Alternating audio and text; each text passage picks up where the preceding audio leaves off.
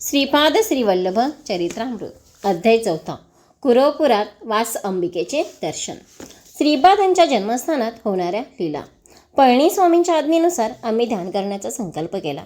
श्री पळणीस्वामी म्हणाले, बाबा माधवा, वत्सा, शंकरा, आपण तिघेही श्रीपाद श्रीवल्लभांच्या आज्ञेनुसार ध्यानस्थ होऊन आपापल्या घडलेल्या ध्यान अनुभवांची चर्चा करूया. या अवस्थेत आपण एखादा उत्कृष्ट आध्यात्मिक परिणाम अनुभवास येईल. भविष्य काळात हुन शक इसवी सन हे व्यवहारात असेल. आज हुन शकानुसार दिनांक 25/5/1336 शुक्रवार आहे. आजचा दिवस आपल्या जीवनातील फार महत्त्वाचा आहे. मी माझा स्थूल शरीराला येथेच ठेवून सूक्ष्म शरीराने कुरवपुरात जाईल. एका वेळेस 5 ठिकाणी सूक्ष्म रूपात विहार करणे मला बाल्य क्रीडा वाटते. आपण सगळे श्रीपाद श्रीवल्लभांच्या ध्यानात असताना त्यांची आज्ञा झाल्या मी सूक्ष्म शरीराने कुरवपुरात त्यांच्या सानिध्यात जाईल. स्वामींचा अनुग्रह मिळवण्याचे विधान. श्री स्वामींची वक्तव्य ऐकल्यावर मला गंमत वाटली, म्हणून विचारले, स्वामी, माधवाने श्रीवल्लभांच्या दिव्य मंगल स्वरूपाचे दर्शन घेतले आहे. आपण सदैव श्रीवल्लभांबरोबर सूक्ष्म रूपाने विचरण करता. मला मात्र त्यांचे नाव माहीत आहे, रूप माहीत नाही. मग ध्यान कसे करायचे? त्यावर श्री पळणीस्वामी मंद हास्य करत म्हणाले, बाबा, श्रीपादांची भक्ती असल्यास सगळे सिद्ध होईल. श्रीपाद प्रभू सर्वात प्रथम आपल्या भक्ताचे कासवाच्या पिलाप्रमाणे पालन करतात. कासव आपल्या पिलापासून कितीही दूर असले तरीही त्याच्या विचार तरंगानेच त्या पिलाचे रक्षण होते. थोडी उन्नती झाल्यावर मांजराच्या पिलाप्रमाणे भक्ताचे पालन करतात. जसे मांजर त्याच्या पिल्लाला आपल्या तोंडात धरून एका घरातून दुसऱ्या घरात घेऊन जाते, त्या किशोरांसाठी जेथे सुरक्षित स्थान वाटते तेथेच त्या पिल्लास ठेवते. त्यानंतर माकडाच्या पिल्लाप्रमाणे भक्ताचे पालन होते. अशा पालनात पिल्लू त्याच्या आईस अति प्रयत्नाने चिटकून असते. अधिक उन्नती झाल्यावर आई मासोळीबरोबर अति स्वेच्छेने आनंदाने विहार करण्यास बालमाशांसारखे भक्त श्री गुरु समवेत असतात. तू ध्यानात बसल्यावर तेच दर्शन देतील. आज 25/5/1336 शुक्रवार सर्व शुभ योग मिळून असलेला योग. संपूर्ण असा महोत्तम दिवस आहे. श्री वल्लभांनी अति मुख्य अशा भविष्य निर्णय करण्याचे ठरवले असून मला सूक्ष्म रूपात कुरवपुरास यावे असे सांगितले आहे. ध्यानस्थ असताना त्यांची आज्ञा कोणत्या क्षणी होते त्या क्षणी मी कुरवपुरात जाणार. तेथे एखादी महत्त्वाची घटना घडणार आहे. मी माझ्या डोळ्यांनी पाहण्याची संधी श्री दत्तप्रभूंच्या कृपेनेच मिळेल असे म्हणत श्री पळणीस्वामी ध्यानस्थ झाले. मी आणि माधवसुद्धा ध्यानस्थ झालो. अशा प्रकारे ध्यानात 10 तासांचा वेळ गेला. ध्यानानंतर श्री पळणीस्वामी अत्यंत उल्हासित दिसत होते. मी आणि माधवने श्री स्वामींना त्यांच्या ध्यान अनुभूतीबद्दल सांगा अशी प्रार्थना केली. त्यावर स्वामींनी हसतमुखाने सांगण्यास सुरुवात केली. शिवशर्माचा गाथा. श्रीपाद श्रीवल्लभांचे चिंतनाचे फळ. ते म्हणाले, या कलियुगात लोकांचे किती महत् भाग्य आहे. कुरवपूर गाव हे फार लहान असले तरी स्वामींच्या महत्तेस जाणून वेद पंडित सद्ब्राह्मण शिवशर्मा भार्या अंबिकेसह कुरवपुरातच राहत होते. कुरवपुरातील एकुलते एक असे ब्राह्मण कुटुंब होते. ते द्वीप ओलांडून येऊन ब्राह्मणोचित कार्यक्रमाने धनार्जन करून रोज कुरवपुरात परत येत असे. ते फार मोठे विद्वान पंडित होते. ते अनुष्ठान नरत काश्यप गोत्र यजुर्वेदीय ब्राह्मण होते. शिवशर्मास झालेली संताने थोड्याच कालावधीत दिवंगत होत असत. कसाबसा एक मुलगा वाचला. दुर्दैवाने तो जड मंद बुद्धीचा होता. निष्प्रयोजक संतान प्राप्तीमुळे शिवशर्मा दुःखी होते. एके दिवशी श्रीवल्लभांच्या समोर वेदपठण करून ते मौनपणे उभे राहिले. श्री स्वामींनी त्याचे मनोगत ओळखून मंद हास्य करीत ते म्हणाले, शिवशर्मा, तुझी दुसरी सगळी चिंता सोडून निरंतर माझी ध्यानच करणाऱ्यांचा मी दास असतो.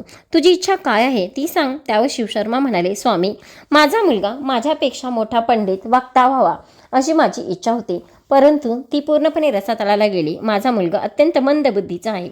सर्व चराचरात सगळ्या घटाघटात व्यापून असणाऱ्या सामर्थ्यवंत असलेल्या आपणास त्याला पंडित म्हणणे, निष्ठावंत करणे काहीच अवघड नाही. एवढी माझ्यावर कृपा करावी.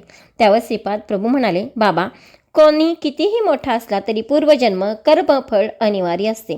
सगळी दृष्टीसुद्धा शासनाने उल्लंघन न करता चालत असते.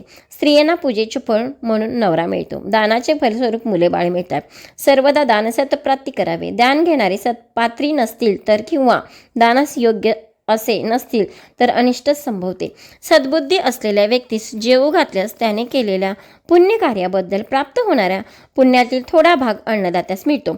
दुर्बुद्धी असलेल्या माणसाला अन्न दिल्यास त्याने केलेल्या पापकार्यामुळे मिळालेला पापाचा थोडा भाग अन्नदात्यास मिळतो. दान करताना माणसाने अहंकाररहित होऊन दान करावे, तेव्हाच त्याचे चांगले फळ मिळते. पूर्वजन्मीच्या कर्मफळानेच तुला मंद बुद्धीचा मुलगा जन्मला. तुम्ही दाम्पत्याने अल्पायुषी संतान नको, पूर्णायुषीच द्या असे मागणे केले होते. पूर्णायुषी पुत्र दिला. त्याने पूर्वजन्मीचे पाप निवारण करून त्याला योग्य असा पंडित करावायचे. म्हणजे कर्मसूत्राला अनुसरून तू देहत्याग करण्यास सिद्ध असलास तर मी त्याला योग्य असा पंडित करेन. त्यावर शिवशर्मा म्हणाले, स्वामी, माझ्या वृद्धावस्थेमध्ये प्रवेश झालेलाच आहे. मी माझे जीवन त्यागण्यास सिद्ध आहे. माझा कुमार बृहस्पतीसारखा पंडित वक्ता झाल्यावर मला दुसरे काय हवे? संपूर्ण चराचराला घटाघटाला व्यापून राहणारे सामर्थ्यवंत श्रीपाद प्रभू म्हणाले, बरे, तुझा लवकरच मृत्यू होईल. मरणानंतर सूक्ष्मदेहाने दिशीला नगरामध्ये सध्याची शिर्डी निंबवृक्षाच्या पायथ्यापाशी असलेल्या भूगृहात थोडा वेळ तपश्चर्येला राहशील. त्यानंतर पुण्यभूमी असलेल्या महाराष्ट्र देशामध्ये जन्म घ्यायचे. याविषयी तू तुझ्या बायकोला थोडे सुद्धा कळू देऊ नकोस. श्रीपाद श्रीवल्लभांच्या भावी जन्माचा निश्चय. लवकरच शिवशर्मा मरण पावला. अंबिका तिच्या मुलासह भिक्षाटन करून जगत होती. शेजार पाजारचे लोक हसत टिंगल उडवीत. त्यास अंतच नसे. त्या मठ्ठ ब्राह्मण मुलास अपमान असे होऊन तो आत्महत्या करण्यासाठी नदीकडे पळत सुटला. त्याची मातासुद्धा असहाय्यपणे आत्महत्या करण्यासाठी मुलाच्या मागे पळत सुटली. त्याच्या पूर्व पुण्याईच्या प्रभावाने वाटेत श्रीपाद श्रीवल्लभ स्वामी सामोरे आले. त्या दोघांनाही त्यांनी आत्महत्येच्या प्रयत्नातून सोडवले. श्रीपाद श्रीवल्लभ स्वामींनी त्याच्या अपार करुणा कटाक्षाने त्या मूर्ख बालकाला महापंडित केले. अंबिकेने शेष जीवन शिवपूजेत घालवावे असा आदेश दिला. शनी प्रदोष व्रताचे महात्म्य सांगून प्रदोष समयास केलेल्या शिवपूजनाचे फळ कसे मिळते याची सविस्तर माहिती दिली. पुढील जन्म अंबिकेला माझ्यासारखाच मुलगा होईल असा वर दिला. परंतु त्याच्या सम या तिन्ही लोकात कोणीही नसल्याने श्री स्वामींनी पुढील जन्मात तिच्या पुत्र स्वरूपात जन्म घेण्याचा निश्चय केला. नृसिंह सरस्वती आणि स्वामी समर्थ यांचा जन्मसंकल्प. समस्त कल्याणकारी गुणांनी युक्त अशा वास अंबिकेस श्रीपाद प्रभू म्हणाले, तुझा संकल्प सिद्ध होईल. मी आणखी 14 वर्ष म्हणजेच या शरीरात 30 वर्षे येईपर्यंत श्रीपाद श्रीवल्लभ या रूपातच राहून त्यानंतर गुप्त होईल. त्यानंतर संन्यास धर्माच्या उद्धाराच्या निमित्ताने नृसिंह सरस्वती या नावाने ओळखला जाईल. ह्या दुसऱ्या अवतारात 80 वर्ष राहीन. या अवतार समाप्तीनंतर कर्दळी वनात 300 वर्ष तपोनिष्ठेत राहून प्रज्ञापुरात म्हणजेच अक्कलकोटात स्वामी समर्थ या नावाने अवतार धारण करीन. अवधूत अवस्थेत सिद्धपुरुषाच्या रूपाने अपरिमित अशा दिव्य कांतीने अगाध लीला दाखवीन. साऱ्या जगाला धर्मकर्मानुसार अनुसरून त्याविषयी आसक्ती रहित करीन. पळणीस्वामी पुढे म्हणाले, जशी जशी युगे बदलतील तशी तशी मानवाची शक्ती कमी होत जाईल. त्यासाठी परतत्व ऋषीश्वरांच्या इच्छेनुसार खालच्या स्थानावरून उतरून येईल. शरीरधारी प्रभूंचा अवतार म्हणजेच संपूर्ण अनुग्रहाचे सूचकच होय. अशा रीतीने प्रभुतत्व खालच्या पातळीवर उतरण्याने थोड्या श्रमाने मानवास उत्तम फळ प्राप्त होईल. म्हणूनच कलियुगात मानव धन्य आहे. केवळ स्मरण मात्रेनेच दत्तप्रभूंचा अनुग्रह प्राप्त होईल. मानवाचे पतन होण्यास जेवढे मार्ग आहेत, श्रीचरणांचा अनुग्रह प्राप्त होण्यास त्यापेक्षा असंख्य मार्ग आहेत. हेच परम सत्य आहे. स्मरण अर्चन केल्यामुळे श्रीपाद श्रीवल्लभ प्रभूंशी अनुसंधान घडते.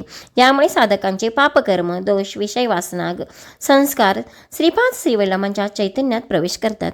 त्यांच्याकडून भक्तांना श्रेयस्कर शुभस्पंदनाचा लाभ होतो. श्रीपाद प्रभू साधकांच्या चैतन्यास प्रवेश झालेल्या पापसमुदायाचे पवित्र नदी स्नानाने निर्मूलन करतात. तसे न केल्यास त्यांच्या अग्नीने त्या पापांना जाळून भस्म करतात. ते स्वतः तप करून त्या तपाचे फळ त्यांच्या भक्तांना देतात. कर्मसूत्राचे अतिक्रमण न करता भक्ताचे रक्षण करतात. त्यांना आवश्यक वाटल्यास कितीही जड स्वरूपी कर्मफलाचे शोषण करून आपल्या भक्तांना विमुक्तीचा प्रसाद देतात. क्षणक्षणी त्यांच्या कर्मांचा उद्ध्वस्त करतात. म्हणून त्यांच्या भक्तीची त्यांच्या नकळतही कर्मबंधनातून सुटका होते, मुक्ती होते. या पळणीस्वामींच्या वक्तव्यानंतर माझ्या मनातील प्रश्न मिटला नव्हता. मी त्यांना अजून एक प्रश्न विचारण्याचे धाडस केले. स्वामी, 7.5 त्रासातून शंकराची सुद्धा सुटका झाली नाही असे ऐकले होते. ग्रहासंबंधी त्रासातून श्री गुरु सार्वभौम कशा प्रकारे सुटतात याबद्दल माहिती द्यावी अशी प्रार्थना केली. यावर पळणीस्वामी म्हणाले, बाबा शंकरा, खगोलातील ग्रहांना जीवांशी मित्रत्व किंवा शत्रुत्व असे नसतेच. मानव जन्माच्या वेळी त्यांच्या प्रारब्ध कर्माला अनुसरून ग्रहस्फुट जन्म घेतो. त्या ग्रहांना अनुसरून शुभाशुभ फल त्याला मिळत असते. ग्रहांच्यामुळे येणारे सूक्ष्म किरण अशुभ फळ देणारे असल्यास त्याच्या दोष निवारणासाठी मंत्र तंत्र यंत्राने काही न फळ न दिल्यास जप तप होमाचा आश्रय घ्यावा. या उपायाने सुद्धा उपशमन न झाल्यास श्रीगुरु पादुकांना शरण जावे. श्रीचरण सर्व शक्ती संपन्न असतात. शक्तीमध्ये चांगल्या आणि वाईट शक्ती असतात. त्या शक्तींकडून निघाली स्पंदने शुभ अशुभ घटना घडवून आणतात. प्रत्येक ग्रहास मानव शरीरातील थोड्या विशेष भागावर अधिपत्य असते. ग्रहबाधा असल्यास मानवाच्या शरीरातील कोणत्या भागावर त्या ग्रहांचे अधिपत्य असते तेच पीडित होतात. विश्वचैतन्यापासून प्रवाहित सूक्ष्म स्पंदनामुळे इष्ट अनिष्ट फळांची सिद्धी होते. स्पंदनामुळेच आकर्षक किंवा विकर्षण होते. सज्जनांचा सहवास आणि व्यक्तींचा असणाऱ्या व्यक्तीस दुर्जन सहवास घडल्यास अकारण कलह, बंधुवियोग, कुटुंबातील सदस्यांना वादविवाद होतात. हे सारे आकर्षण शक्ती कमी झाल्याने मिळणारे अनिष्ट फळ आहेत. विश्वशक्तीकडून स्पंदनांची निरंतर उत्पत्ती होत असते.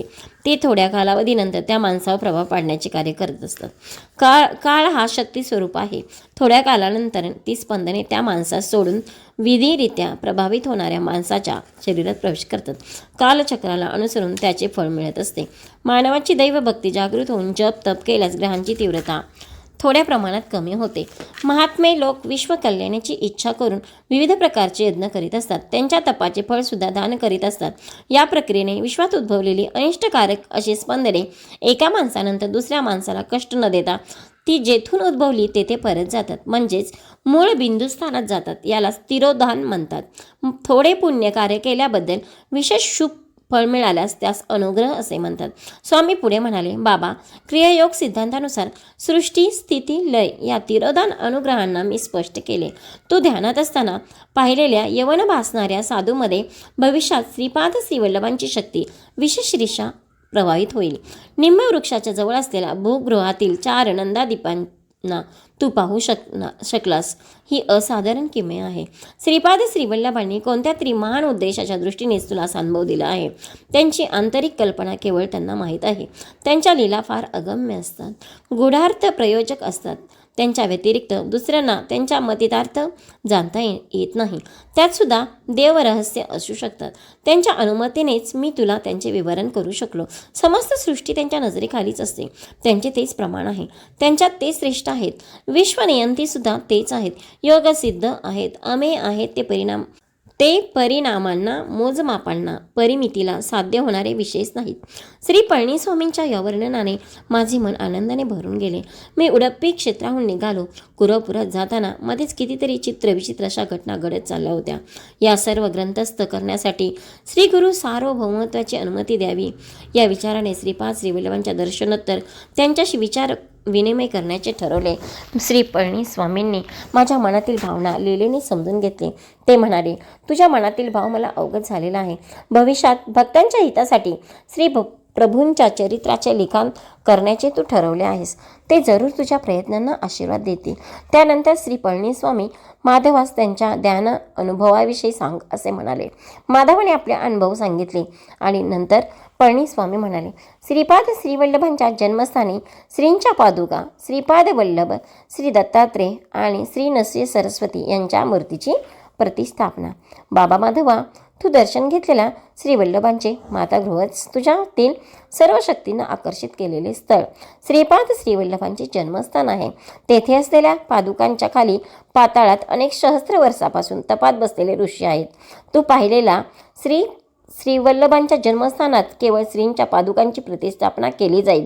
पादुकांच्या प्रतिष्ठापनेनंतर काही वर्षांनी श्रीपाद श्रीवल्लभांचे चरित्रामृत प्रकाशित होईल. तू बसून ध्यान केलेल्या जागेत श्रीपाद श्रीवल्लभ, त्यांचा पूर्व अवतार असलेल्या श्री दत्तात्रेय, त्यांच्यानंतर अवतार श्री नृसिंह सरस्वती मूर्ती स्थापन करण्यात येतील. त्यानंतर त्या क्षेत्रात विस्तारलेल्या लीला होतील. त्यानंतर श्री पळणीस्वामींनी थोडा वेळ मौन धरले. आमच्या गुहेत जवळ असलेल्या नवयुवकाचे प्रेत बाहेर काढण्यात आले. प्रेतास बाहेर काढल्यावर प्रणामांचा अक्षर करण्यास सुरुवात केली. श्रीपादराजं शरणं प्रपद्ये. व्याघ्रेश्वर शर्मा जयघोष करीत होते. श्री पळणीस्वामींनी नवयुगाच्या शरीरात प्रवेश केला. वयोभाराने शिथिल झालेल्या वृद्ध शरीरास व्याघ्र रूपात असलेल्या व्याघ्रेश्वर शर्माने जवळ असलेल्या नदीत टाकण्यास नेले.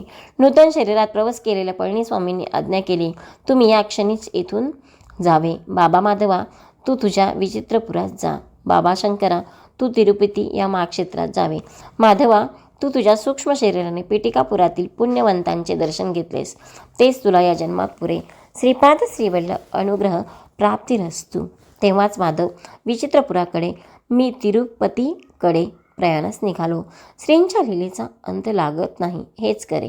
श्रीपादराजं शरणं प्रपद्ये. असेच श्रीपाद श्रीवल्लभांचे पूर्ण स्वामी चरित्र ऐकण्यासाठी आमच्या चॅनलला लाईक करा, शेअर करा, सबस्क्राईब करा. धन्यवाद. याचे फक्त श्रवण केल्यानेच आपल्याला फलश्रुती मिळते.